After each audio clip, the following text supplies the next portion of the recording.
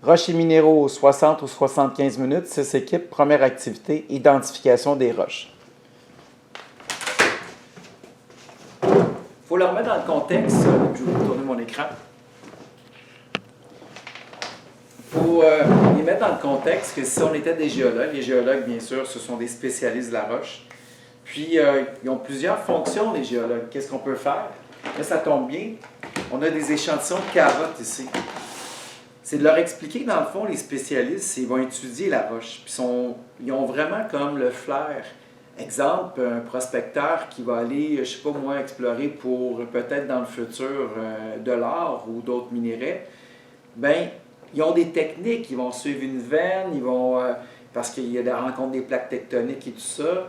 Mais qu'est-ce qu'ils vont faire? C'est qu'ils vont vraiment creuser, puis aller chercher une carotte de roche qui vont ressortir, qui est exactement ce qu'on a dans la trousse. Puis c'est ça le rôle du géologue. C'est qu'il va vraiment analyser la roche, il est capable de voir de quelle famille, qu'est-ce qu'il peut retrouver, c'est quoi les minéraux s'il y en avait, supposons, puis les minéraux, ainsi de suite. Fait que c'est ça la définition d'un bon géologue, c'est qu'il va étudier le terrain dans le fond. Il est capable de voir, exemple, une sortie d'une grande croûte terrestre, puis il va voir des strates de minéraux, ainsi de suite, ou de minéral. Fait que ça vaut vraiment la peine. C'est vraiment ça le rôle. Fait que là, on va se mettre dans la peau d'un géologue. Fait que là, on divise la classe en 6 petites équipes. Chaque équipe reçoit, pour commencer, bien sûr, vous pouvez vous servir de votre assistant qui distribue la feuille du numéro d'équipe qui correspond aussi au plateau d'exploration. Fait que ça veut dire que vous avez 6 boîtes identiques, 6 feuilles. Il faut s'imaginer avec une feuille et une boîte. Nous, quand on les distribue, je leur explique que j'aime bien passer la feuille en premier et bien sûr attendre un petit peu pour le plateau avec les accessoires à l'intérieur. Pourquoi? Parce que si on offre les deux, ils vont vouloir ouvrir, puis ils vont vouloir fouiller, puis là, quand on va vouloir donner des explications sur la feuille, bien, c'est pas clair, parce que là, ils sont distraits. Fait que là, sur la feuille, qu'on peut voir ici sur la table, on voit vraiment là, comment elle est disposée sur un format légal. Complètement à gauche, on a la famille ignée. Par la suite, on a métamorphique. Et en bas, sédimentaire. Fait que dans le fond, la roche ignée vient du magma. Fait que c'est comme la plus vieille roche de la Terre, celle qui a presque l'âge de la Terre, 4 milliards d'années dans le fond. Puis cette roche-là, ignée, si elle a subi une transformation, soit par la compression des plaques tectoniques ou de la roche qui compresse l'une sur l'autre, fait que là, ça fait des modifications avec les molécules, les atomes plutôt. Fait que là, ça devient une roche métamorphique. Aussi, s'il y a eu, je ne sais pas moi, une veine de magma qui s'est faufilée, puis là, il y a eu des cristaux, ainsi de suite, bien souvent, autour de ça, c'est une roche métamorphique qu'on va retrouver. Métamorphique, que je leur explique, c'est comme métamorphose, dans le fond. Et tout ça, la roche ignée peut s'effriter, mais c'est encore plus dur, ça demande plus d'énergie, mais la roche métamorphique est encore plus friable, plus fragile. Mais encore là, il faut vraiment varger, là, comme on peut dire. Mais tout ça, ça s'accumule, puis l'accumulation fait en sorte que ça fait des sédiments. Fait que c'est pour ça qu'on trouve les sédiments en bas. Fait qu'on va vraiment leur expliquer qu'il y a 3 grandes familles des roches, ignées, métamorphiques et sédimentaires. Quand on va leur demander, maintenant qu'on distribue le plateau, qu'on leur demande, je ne sais pas moi, parce que servez-vous des pinces de couleur là, pour chaque équipe? Fait qu'on a des bleus, rouges, jaunes, vertes. Fait que M. Madame Bleu fait ça, M. Madame Rouge fait ça, et ainsi de suite. Fait que là, on demande, ouvrez le plateau. Supposons que vous responsabilisez M. Madame Bleu. Et je vous donne environ, 1 minute, explorez. Sortez tout. Sortez. Parce que là, si vous ne faites pas ça, ils vont toujours être curieux de voir qu'est-ce qu'il y avait dans la boîte. Fait que là, dans le fond, on tue le poussin dans l'œuf. Fait que, on leur demande de tout sortir. Fait que là, ils vont avoir un petit pot ici avec du charbon de la Roumanie. Il y a 5 petits capuchons verts identifiés avec des lettres. Fait qu'on a ça. Après ça, on va avoir une bouteille d'or, une autre bouteille d'or, une bouteille d'argent. On a des bouts de tuyaux de cuivre, une plaque de céramique, un clou et un aimant, du soufre, une bouteille de soufre, une plaque fondue de cuivre, une pièce de 1 cent, une rose des vents, une boîte avec une pépite d'or et un petit contenant avec des pierres semi-précieuses qui font partie des cristaux dans le fond. Fait que tout ça fait partie de la boîte. Fait qu'ils ont 1 minute pour explorer. Je leur demande pas d'ouvrir, laissez les pots fermés, parce que là, on va les voir de toute façon. Et là, par la suite, qu'est-ce que je vous invite de faire? C'est qu'ils vont tout serrer dans la boîte, sauf une chose. Le capuchon B, qui est une roche noire. Fait que là, ils vont tout ranger. Fait que là, à ce moment-là, les élèves qui sont distraits, bien, ils ont eu le temps de voir ce qu'il y avait à l'intérieur, puis ils vont avoir le temps de tout voir. Fait que là, oui, j'avais oublié qu'il y avait une petite fiche d'identification des pierres précieuses et semi-précieuses. Bon, un coup, c'est fait. Comment ça fonctionne la première activité? C'est que là, on en fait une gratuite, un peu comme la case gratuite au bingo. Fait que je leur explique que placer la roche, c'est qu'on a identifié avec la lettre B, que je ne dis pas le nom encore, c'est parce que c'est ça le but, c'est qu'ils vont trouver le nom de la roche et quelle famille. La feuille, comment est-ce qu'elle est disposée? Au centre, c'est marqué départ. Fait qu'on place ça sur départ. Et on a 2 options quand vous regarderez la feuille. Soit que je vais vers le haut ou je vais vers le bas. Si je vais vers le haut, c'est avec cristaux. Quand on parle de cristaux, c'est des picots, des taches comme des 101 dalmatiens, ou des étoiles, mais pas une brillance comme ça, parce que là, c'est comme un morceau de vitre, dans le fond, cette roche-là. Fait que je leur explique que c'est 100 cristaux. Et là, bien sûr, c'est important de leur dire que ce n'est pas le chiffre 100, c'est pas que 100 cristaux, mais, parce que là, il y a des élèves qui sont distraits, on le voit vraiment S, S-A-N-S, qui veut dire 100 cristaux. Fait que là, on déplace ça là, fait qu'on, dans le fond, on descend vers le bas. Là, on a 2 options, soit qu'on s'en va vers la gauche ou la droite. Je leur explique non stratifié, qui veut dire pas de bande, et stratifié. C'est important de leur expliquer c'est quoi des strates. Fait qu'au tableau, je fais des lignes, puis bon, ça c'est brun, l'autre c'est change de couleur, soit ça, ou comme des murs de briques. Tu sais, on peut, je sais pas moi, s'il y a un mur de béton dans la classe, on pourrait dire, regardez les strates, on voit le ciment, le bloc de béton, le ciment. Fait que c'est ça dans le fond des strates. Est-ce que vous en voyez?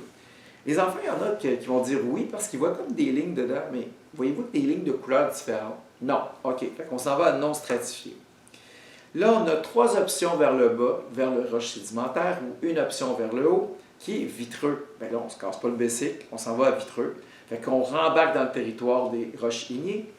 Et là, bien sûr, ça nous amène directement, sans aucune hésitation ou un dilemme, habituellement foncé. Fait que c'est vraiment ça. Et on vient de trouver obsidienne dans la roche ignée.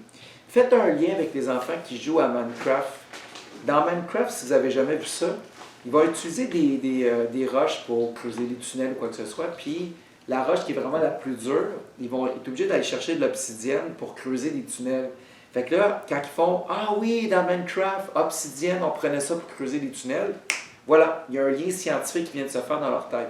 Fait qu'ils comprennent pourquoi ils prenaient dans le jeu obsidienne, parce que ça fait partie de la roche ignée, et la roche ignée, c'est la roche la plus dure. C'est pour ça qu'on a une plaque de céramique pour voir la dureté de la roche. Fait que là, bien sûr, je leur dis, faites-le pas, parce que c'est quelque chose qu'on va garder plutôt au camp de jour, ou bien, c'est que si je fais ça dessus, il n'y a pas de trace, il n'y a rien, il n'y a pas de marque. Fait que ça, là, c'est une dureté, là, c'est incroyable. Si jamais un jour, vous avez besoin de l'échelle de dureté, dans la boîte de collection des roches et minéraux, on a justement une charte des duretés là, qui explique ce que ça fait comme trace, mais c'est pour ça la tuile de céramique qu'on a ici. Bon, je leur demande de laisser ça là, et maintenant, on va aller chercher les 4 autres. Fait que moi, je vous conseillerais pour deuxième roche, pour identifier A. On place ça sur départ.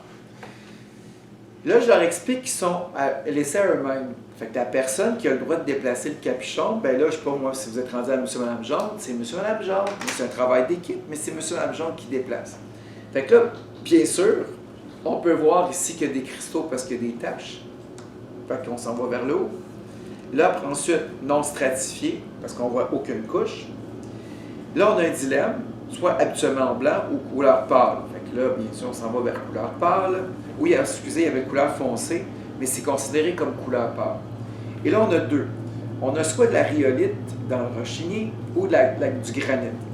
Mais si on regarde les enfants, là, souvent je fais un concours. Fait que là, quand ils ont terminé, levez la main. Fait que moi, je m'en viens voir, puis je leur dis s'il y a une faute, je leur donne pas la réponse. Par contre, si je leur dis c'était bon, je fais hey, bravo, vous l'avez eu. Fait que là, on fait un concours comme ça entre les 6 équipes. Fait que la vraie réponse A, c'est du granit. Fait que c'est pour ça qu'on va construire les pierres tombales en granit. C'est pour ça qu'on a construit le pont de Brooklyn en granit. Fait que le pont de Brooklyn, qui est quoi, 1882, si je ne me trompe pas, ben 1882, puis il est encore là quand on en a fait un, pont Champlain, qu'on est obligé d'en faire un deuxième, tu sais. Fait que c'est là qu'on peut faire des comparaisons pourquoi qu'on fait un pont ou des édifices en granit, parce que ça dure longtemps. C'est une roche qui dure. Bon, maintenant qu'on a trouvé la deuxième roche, on y va maintenant avec ici, C. Fait qu'on y va avec C. Bon, la réponse de C, fait que là, bien sûr, il faut faire attention parce que j'ai un bloc ici dans la trousse. Et là, on voit, c'est la même sorte de roche, pas la même couleur. Fait qu'il n'y a pas comme les mêmes minéraux dedans, là. Fait qu'ici, là, qu'est-ce qui se passe? C'est que c'était une croûte. Fait que c'était vraiment, ça vient d'une strate. Fait que je leur explique que la pierre qui est dans la capuchon C vient d'une strate. Parce que sinon, on ne le voit pas sur le petit échantillon, parce que ça a été pris à l'intérieur de la strate. Fait que c'est pour ça qu'on ne voit pas de strate. Fait que là, ils vont savoir qu'ils s'en vont vers cristaux ou sans cristaux. Fait qu'ils regardent. Oui, il y a des petites taches blanches, mais c'est pas quelque chose qui brille non plus. Fait que c'est vraiment sans cristaux, avec strate, stratifié. Et là, on arrive à sédiment. Sédiment, ben, ça ressemble à soit de la boue ou du sable. Fait que c'est du sable et c'est du grès. Fait que grès dans sédiment. Fait que voilà, on vient d'avoir deux roches ignées, une roche sédimentaire. Fait que là, il nous reste pour D. Fait que là, D, on part de départ. Fait que là, la réponse, c'est avec cristaux, mais on leur laisse travailler, là. Là, ça va être autour de M. Lambert, supposons. Fait que là, quand ils ont terminé, ils lèvent la main, puis là, ben, on va voir ceux et celles qui avaient bon. Fait que quand ils lèvent la main, ils donnent la réponse en passant. Demandez-leur qui dit le nom de la pierre et la famille. C'est-tu igné, sédimentaire ou, métamorphique ou sédimentaire? Fait que là, bien sûr, la réponse, c'est avec cristaux, habituellement non stratifié, habituellement blanc, et bien sûr, il est pétille dans l'acide, c'est-à-dire qu'il y a de l'effervescence. Là, par contre, faites attention, parce qu'on a des échantillons, des petites bouteilles d'acide chlorhydrique. C'est-tu de l'acide chlorhydrique à 15%? Là, il n'est pas marqué dessus, il aurait dû l'être, là. Mais ça pince, hein, ça fait vraiment mal. C'est pour ça qu'ils ne sont pas dans les boîtes. Puis si vous voulez leur faire une petite une démonstration, vous prenez l'acide chlorhydrique, puis vous versez une petite goutte sur une des 6 pierres qui sont là. Et là, on voit vraiment l'effervescence se faire sur la pierre. Puis vous avez juste à essuyer avec un mouchoir pour ramasser. Fait qu'on voit qu'il a réagi. Fait que dans le fond, on fait un lien avec ça, avec le Taj Mahal en Inde. Pourquoi le Taj Mahal est en train de fondre?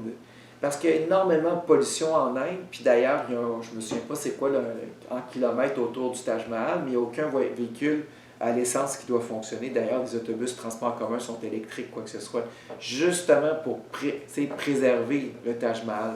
Fait que c'est un bel exemple pour montrer les plus acides au niveau des polluants.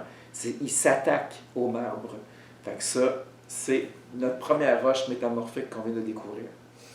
Par la suite, il nous en reste une dernière, E.